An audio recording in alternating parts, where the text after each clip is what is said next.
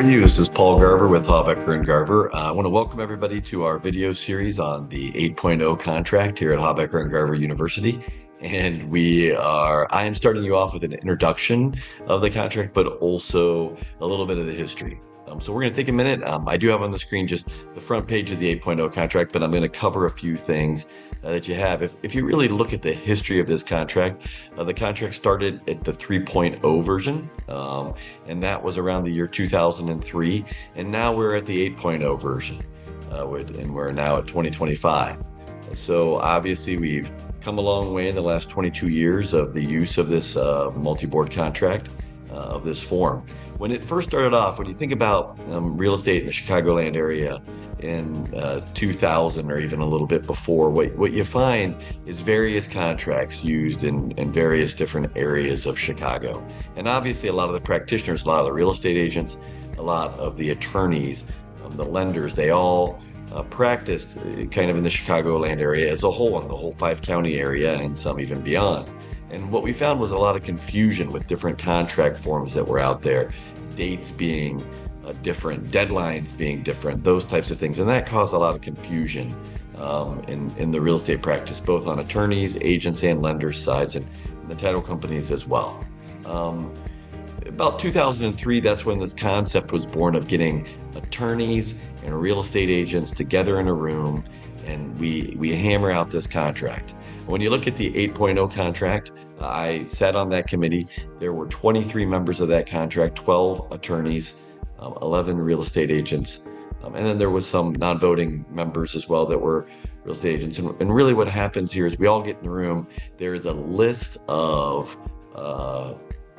topics that is compiled, and these topics come from everyone out there, whether you be a real estate agent, a lender, a consumer, a buyer, a seller, an attorney. Any of you have the ability to write an email and send it in to either myself, any member of my staff, Kate Sachs at the Main Street Organization of Realtors, who is kind of the keeper of the flame of the contract, as I like to call it. And you have the ability to write in and make a suggestion on that change. And what happens is the committee gets together and they go through a spreadsheet of every one of those suggested changes, and we discuss it. And it takes a while, but it gets done. And we like to think that it gets done well, right, and in line with what is needed in the marketplace. And that's what we have in front of you. When you fast forward today, the multi-board residential real estate contract committee is governed by a joint venture agreement. That joint venture agreement not only takes into consideration the structure of the committee, but also takes into consideration and helps us protect the copyright of the contract. And we know this contract is used as a model contract in textbooks across the United States. It's used over 100,000 times annually, if not many more times than that. And we know it has quickly become one of the premier real estate contracts in the area, and the real estate contract is most commonly used in the Chicagoland area. Now, the contract committee is composed of members of all the signatories. And if you look on I'm going to scroll on the screen here, just the very last page of the contract. And you'll see right here at the bottom where the copyright is, line 610 on page 14, all the way through 615. It lists all the signatories, all the member organizations. It's always possible that there'll be more people that join.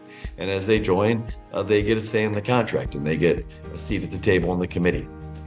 And we get to sit down and discuss some fun issues with those new members as well. But as you can see, every substantial realty organization in the Chicagoland area, whether it be a bar association or a realtor organization or association, they are signatories to this contract, and it's something that the committee should be proud of. That's the history of the contract. I just wanted to give you a little bit of that, and also the structure of the contract and how